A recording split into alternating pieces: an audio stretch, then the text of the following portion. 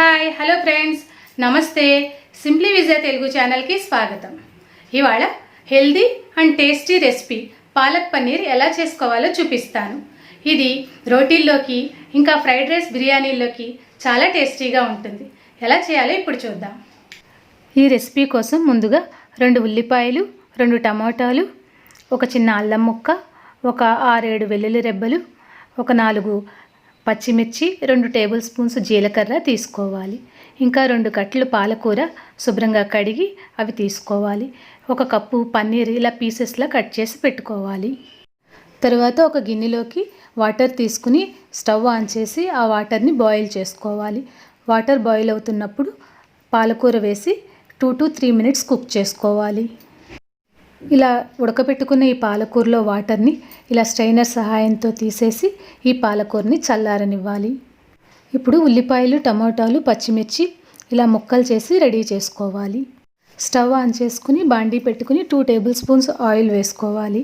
Oil వేడెక్కాక జీలకర్ర, పచ్చిమిర్చి, అల్లం, వెల్లుల్లిపాయలు వేసి వేయించుకోవాలి. ఇవి కొద్దిగా వేగాక దీంట్లో ఉల్లిపాయ ముక్కలు వేసుకుని వేయించుకోవాలి. ఈ ఉల్లిపాయ ముక్కలు లైట్ బ్రౌన్ కలర్ వచ్చే వరకు వేయించుకోవాలి. ఇవి వేగాక దీంట్లో టమాటో పీసెస్ వేసుకోవాలి. వీటిలో ఒక చిటికెడు సాల్ట్ వేసుకుంటే తొందరగా వేగుతాయి. ఇవి దగ్గర పడే వరకు వేయించుకుని తీసి చల్లారనివ్వాలి. ఇవి చల్లారాక ఇది పాలకూర కలిపి మిక్సీ చేసుకుని గ్రేవీ తయారు చేసుకోవాలి. దానికోసం ఇలా మిక్సీ గిన్నె తీసుకుని చల్లారని పాలకూరని ఇంకా ఉల్లిపాయ ముక్కల్ని వేసుకుని గ్రైండ్ చేసుకోవాలి. మొదట మామూలుగా గ్రైండ్ చేసుకుని అవసరం అనుకుంటే కొద్దిగా వాటర్ పోసుకోవాలి. గ్రేవీ ఇలా తయారవుతుంది. ఇప్పుడు స్టవ్ ఆన్ చేసి బాండీ పెట్టుకుని 2 టేబుల్ స్పూన్స్ బటర్ వేసుకోవాలి. ఇంకా 2 టేబుల్ స్పూన్ ఆయిల్ కూడా వేసుకోవాలి. ఇవి 2 వేడెక్కాక దీంట్లో కొద్దిగా పసుపు వేసుకోవాలి. 2 టేబుల్ స్పూన్స్ కారం వేసుకోవాలి. ఇంకా 1 టేబుల్ స్పూన్ జీలకర్ర పొడి వేసుకోవాలి. 1 టేబుల్ స్పూన్ ధనియాల పొడి, కొద్దిగా గరం మసాలా వేసుకోవాలి. వీటిని ఈ ఆయిల్లో బాగా ఫ్రై చేసుకోవాలి. మాడిపోకుండా బాగా కదుపుకోవాలి. ఇప్పుడు ఇవి కొద్దిగా వేగాక దీంట్లో పాలకూర, ఉల్లిపాయ మిక్సీ చేసి పెట్టుకున్నాం కదా గ్రేవీ, అది వేసుకోవాలి. వేసుకుని బాగా మిక్స్ చేసుకోవాలి. ఇలా దీనిని పచ్చివాసన పోయే వరకు 3 to 5 minutes పాటు కలుపుకుంటూ కుక్ చేసుకోవాలి.